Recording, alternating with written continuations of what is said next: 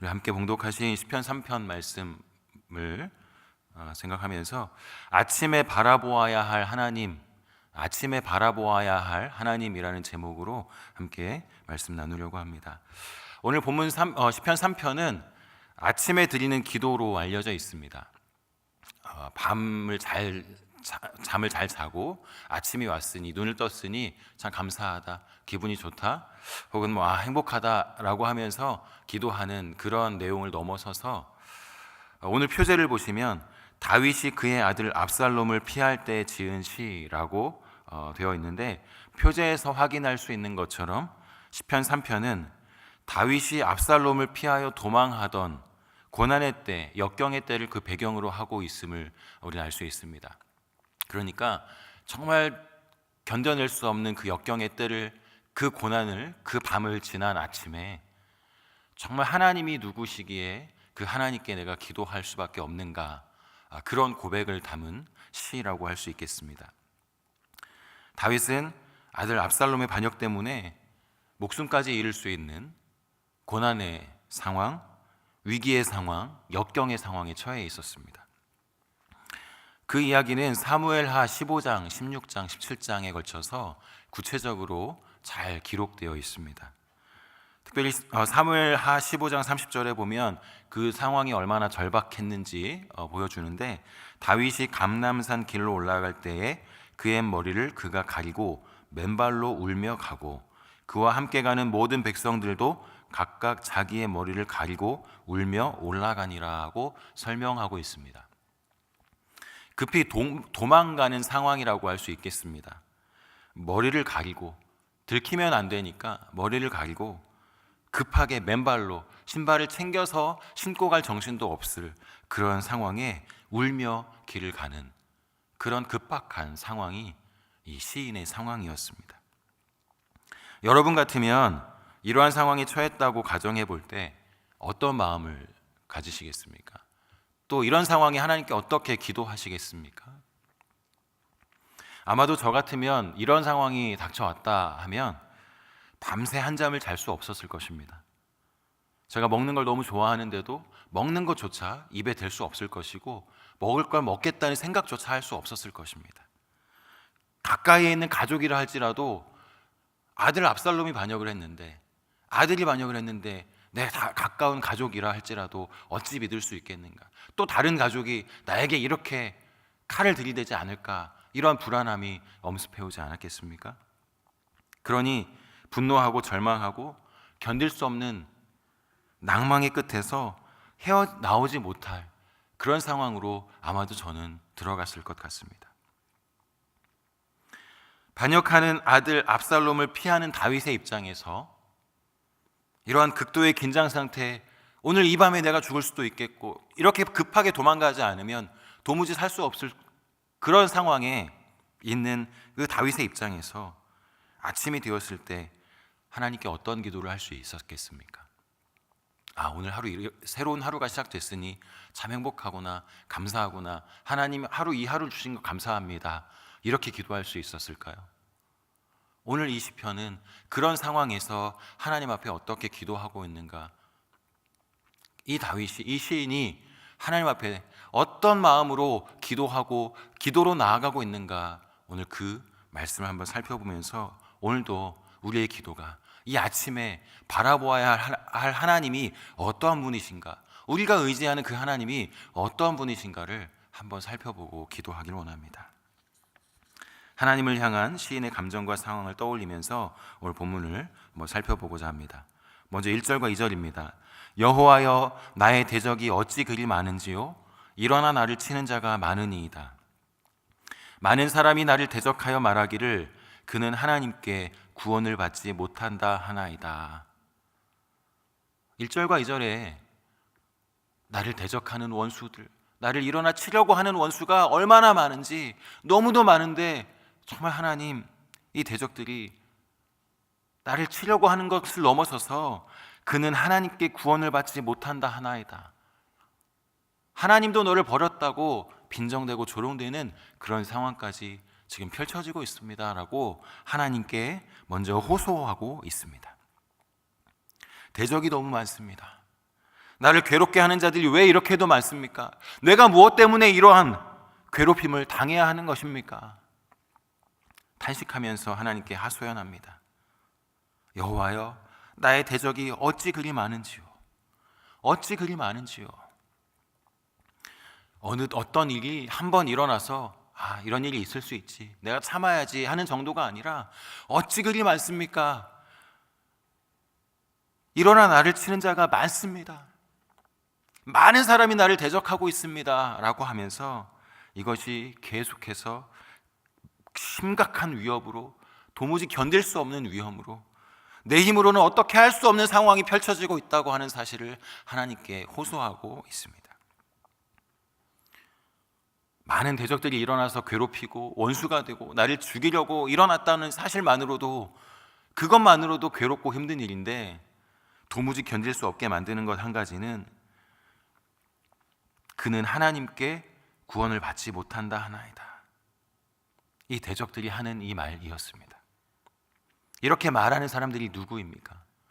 명확하게 누가 이런 말을 한다라고 말하고 있지는 않지만 이 상황을 생각해 보면 나를 죽이려고 하는 원수, 대적들도 너를 도와줄 하나님이 어디 있느냐라고 말할 수 있지만 함께 있던 가족들이 욥의 경우처럼 네 하나님을 저주하고 죽으라고 했었던 그 아내의 이야기와 같이 가족들 혹은 가까이 있는 이 친구들이, 신복들이 과연 하나님이 당신을 도울 수 있습니까? 그는 하나님께 구원을 받지 못한다. 과연 하나님이 당신을 구원할 수 있습니까? 가까이 있는 사람까지도 이렇게 조롱하고 빈정대고 있다고 이 시인은 느끼고 있는 것입니다. 이런 상황은 홀로 버려져서 고통당하고 있다라고 스스로 생각하게 만들었습니다. 다윗과 같은 상황은 아닐지라도 우리도 우리를 대적하고 있는 원수들로 말미암아, 그들의 조롱함으로 말미암아 절망과 불신의 골짜기에서 낭만과 좌절 가운데 우리가 쓰러져 있을 때가 없는가? 과연 다윗에게만 이러한 일이 있는가라고 생각해 보면 믿음으로 사는 누구라도 위기의 정도는 모두 다르지만 이러한 상황을 만날 수 있다. 그런데 이 상황에 다윗은 하나님께 이렇게 대적이 너무도 많습니다. 내가 너무 죽을 것 같습니다. 옆에 있는 아무도 하나님께 도움을 구하라고 말하지 않고 하나님이 과연 도울 수 있는가라고 말하고 있다고 그런 호소만 하고 끝나고 있는가? 그렇지 않다는 것입니다. 오늘 3절과 4절을 보겠습니다. 3절과 4절에 보니까 여호와여 주는 나의 방패시오 나의 영광이시오 나의 머리를 드시는 자이시니이다. 내가 나의 목소리로 여호와께 부르짖으니 그의 성산에서 응답하시는도다. 시인은 수많은 원수들이 일어나 공격해 오는 그 모습을 보다가 갑자기 그것 때문에 죽겠다고 다른 방법을 찾지 못하고 나는 더 이상 살 수 없다고 하지 않고 시선을 하나님께로 돌립니다. 하나님께로 돌리자마자 새 힘을 다시금 얻게 됩니다. 3절을 원문으로 보면 그러나 당신은 이라고 시작을 하고 있습니다. 그러나 주님, 그러나 당신은, 내가 이런 상황에 처해 있고 원수들이 일어나 나를 치려고 하고 나를 죽이려고 하고 내가 도무지 살 수 없습니다. 그러나 당신은 나의 방패가 되십니다. 이러한 절망적인 상황에서 누가 그러나 당신이 나에게 힘이 됩니다 라고 말할 수 있겠습니까? 우리는 절망적인 상황이 찾아올 때 누구도 나를 도와줄 수 없고 누구도 나에게 힘을 줄 수 없는 그 상황에 그래? 너조차도 나에겐 도움이 되지 않겠지. 우리는 스스로 그렇게 생각하게 마련인데 오늘 다윗은, 이 시인은 그러나 당신은 나의 방패가 되십니다.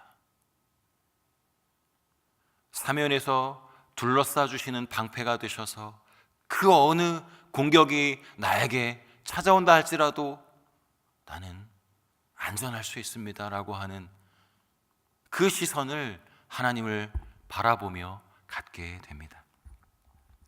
왜 그럴까요? 방패 되시는 하나님을 신뢰하고 믿을 수 있었기 때문이었습니다. 그리고 이어지는 고백을 보면 주는 나의 영광이요 승리를 주시는 분이요 내 머리를 들게 하시는 분이라고 고백합니다. 그래서 원수들의 고소와 공격과 죽이려고 하는 그 위협을 받고 있지만 그것으로 내가 무너질 것이 아니다. 이제 하나님께서 나를 다시금 이기게 하실 것이다 라고 분명하게 믿습니다. 오늘 이 시인이 절망에 빠지지 않을 이유가 그럼 어디 있을까요? 갑자기 주님이 내 방패다라고 말할 수 있는 그 이유가 어디 있었을까요? 이어지는 말씀, 내가 나의 목소리로 여호와께 부르짖으니 그의 성산에서 응답하시는도다. 이 4절에 있는 말씀입니다. 바로 주님께서 부르짖어 기도하는 내 기도에 응답하시는 분이다라고 하는 사실을 다윗은 다시 한번 마음에 떠올릴 수 있었기 때문이었습니다. 하나님은 방패가 되어 보호해 주시는 분일 뿐만 아니라 기도에 응답해 주시는 분이시기에 이 시인이 그 모든 절망적인 상황에서 낙담하고 죽겠다고 하지 않고 하나님, 그러나 이런 상황이지만 그러나 당신은 나를 이렇게 살리십니다라고 고백하는 것이죠. 4절에 말씀하는 것, 이 여호와께 부르짖으니 할 때 이 부르짖으니라는 동사가 미완료형으로 쓰였습니다. 원문에 충실하자면 이미 부르짖어서 응답받았다라고 하는 과거에 하나님의 은혜를 경험했던 것이 과거 사건입니다. 내가 주님께 부르짖었고 주님은 응답하셨다. 이미 그런 기도의 응답을 체험하고 그것을 기억하고 있습니다.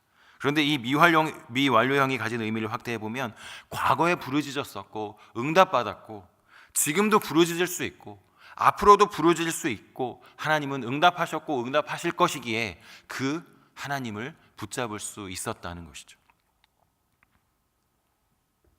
하나님의 응답이 과거의 어느 시점의 한 사건일 뿐만 아니라 현재와 미래에도 일어날 분명한 사건이다라고 하는 것을 이 시인은 확신했던 것입니다. 5절과 6절 말씀, 내가 누워 자고 깨었으니 여호와께서 나를 붙드심이로다. 천만인이 나를 애워싸 진친다 하여도 나는 두려워하지 아니하리이다.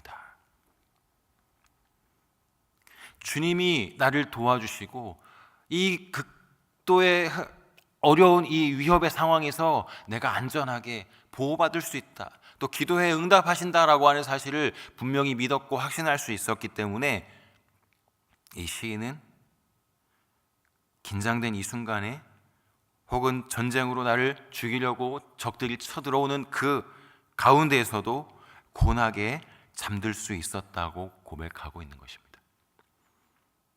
이제는 말로 하나님이 너에게는 없다, 너에게 도움이 되지 않는다, 너를 구원할 수 없다고 위협하고 있는 그런 낙담시키는 것을 넘어서서 천만 군대가 진치고 나를 죽이려고 할지라도 공격해온다 할지라도 거룩한 용사 되시는 주께서 나와 우리와 함께 싸워주시기 때문에 돌보아주시기 때문에 더 이상 두렵지 않다고 시인은 고백하고 있습니다.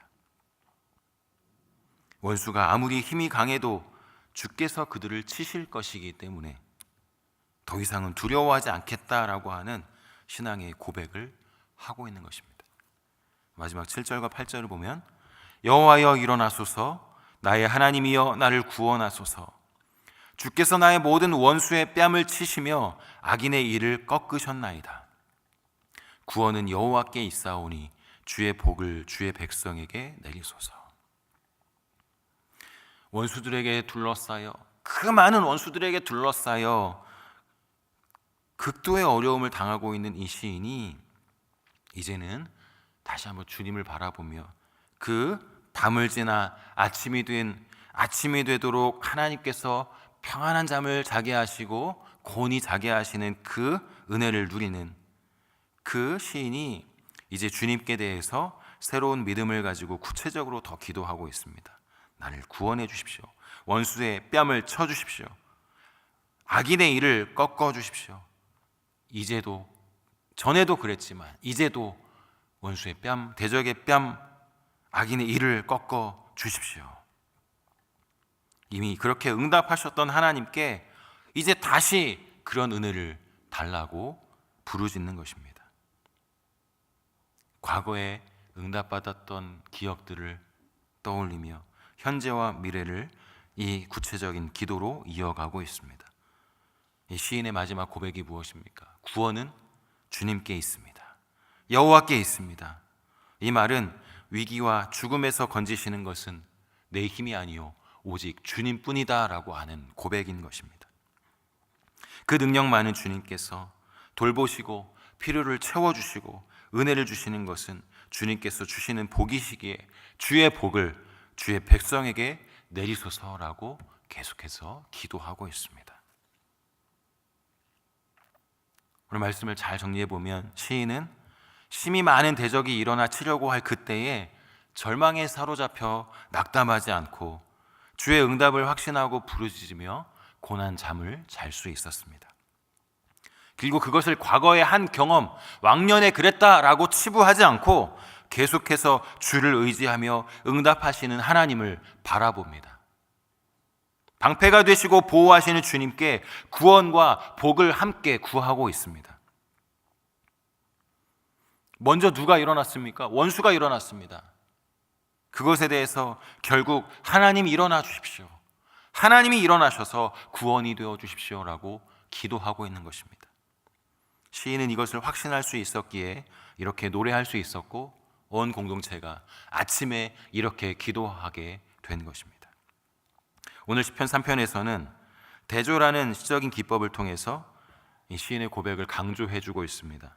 무엇과 무엇이 대조되고 있는가를 생각해 보면 더 많이 마음에 와 닿지 않을까 싶습니다. 첫 번째 1절과 2절에서 많은 원수와 외로운 시인을 대조하고 있습니다. 많은 숫자적으로 원수가 많고 대적이 많습니다. 시인은 가족조차도 가까이에 있는 친구조차도 도움이 되지 않는 그런 외로운 상황에 처해 있습니다. 그런데 만약에 이것만으로 끝났다면 우리도 더 이상 다른 어떤 성도도 더 이상 하나님을 바라보지 못했을지 모르겠습니다. 이어지는 말씀에서 말로 낙담시키는 원수들이 있었지만 시인은 어떻게 했습니까? 신앙의 고백을 합니다. 원수들은 너에게 구원이 없다라고 빈정댈지라도 시인 오직 여호와께만 구원이 있다라고 응수하고 있는 것입니다. 많은 사람들이 우리가 고난과 역경 속에 있을 때 과연 하나님이 너에게 어떤 도움이 되느냐, 기도한다고 응답 받을 수 있느냐, 하나님이 그 기도 들으시냐고 우리를 대적할지라도 우리는 그 혼자 있을지라도 그 가운데 하나님은 나에게 구원이시다, 하나님은 응답하신다, 이렇게 우리도 응수할 수 있어야 할 것입니다. 둘러싼 대적, 이것과 대조되는 것이 무엇입니까? 많은 수의 대적들이 둘러싸고 우리를 죽이려고 할지라도, 나를 죽이려고 할지라도 방패 되시는 하나님께서 둘러주시는 것이죠. 많은 원수들이 나를 둘러싸 죽이려고 할지라도 하나님은 나의 방패가 되셔서 안전하게 하시고 새 생명을 누리게 하시고 그 은혜를 누리게 하시는 분. 원수가 일어난다 할지라도 평안히 누울 수 있는 시인, 이것이 대조되면서 또 마지막으로 원수가 일어날지라도 하나님이 일어나셔서 그 원수와 싸워주시고 우리를 구원하신다는 것, 이것이 오늘 시인이 이렇게 강조하면서 이렇게 대조하면서 바르게 믿음 안에 서 있을 수밖에 없고, 어둠의 그 고난의 어둠, 고난의 밤을 지나고 아침에 내가 더 이상 이 아침이 나에게 무슨 의미가 있는가 하지 않고 하나님을 바라보고 하나님 도와주십시오, 하나님이 나의 구원이십니다, 여호와 하나님이 나의 구원이십니다라고 노래할 수밖에 없고 그분께 기도할 수밖에 없었다는 사실을 오늘 우리는 보게 됩니다. 오늘 우리가 만나는 이 현실이 다윗과 같은 상황은 아닐지라도, 혹은 감당할 수 없는 환난이나 깊은 어둠이 우리에게 찾아온다 할지라도 하나님도 너는 못 도와준다, 하나님이라고 할지라도 너는 도와줄 수 없다, 이러한 말로 우리를 낙담시키려 할지라도 하나님을 향해서 원망의 한숨을 쉬기보다 비참한 이 현실적 상황에서 눈을 돌려 부르짖을 때 응답하시는 하나님을 바라보고 주를 향하여 도움을 구할 때 하나님만이 참된 구원이 되심을 확신하게 될 줄 믿습니다. 또 시간과 공간을 넘어서서 역사하실 하나님을 만나게 될 줄 믿습니다. 오늘 우리도 새벽 시간, 밤을 지나 또다시 밝아오는 이 새벽을 주님을 찾아 나왔습니다. 주께 부르짖어 응답받으며 구원이 되시는 하나님이 일어나셔서 나를 도우시고 붙잡아 주시고 구원하시고 은혜 주시는 것을 주목하여 보는 귀한 은혜가 오늘 저와 여러분들의 삶에 있기를 예수님의 이름으로 축원합니다. 오늘 말씀을 생각하면서 아침에 바라보아야 할 하나님, 나는 연약할지라도, 고난의 역경의 시간을 지난다 할지라도 다시금 주님을 바라보고 모두가 다시 한번 일어날 수 있도록 은혜 달라고 오늘 말씀을 생각하며 함께 기도하시고 개인적인 기도의 제목을 가지고 기도하시다가 돌아가겠습니다. 하나님 감사합니다. 아침에 바라보아야 할 하나님,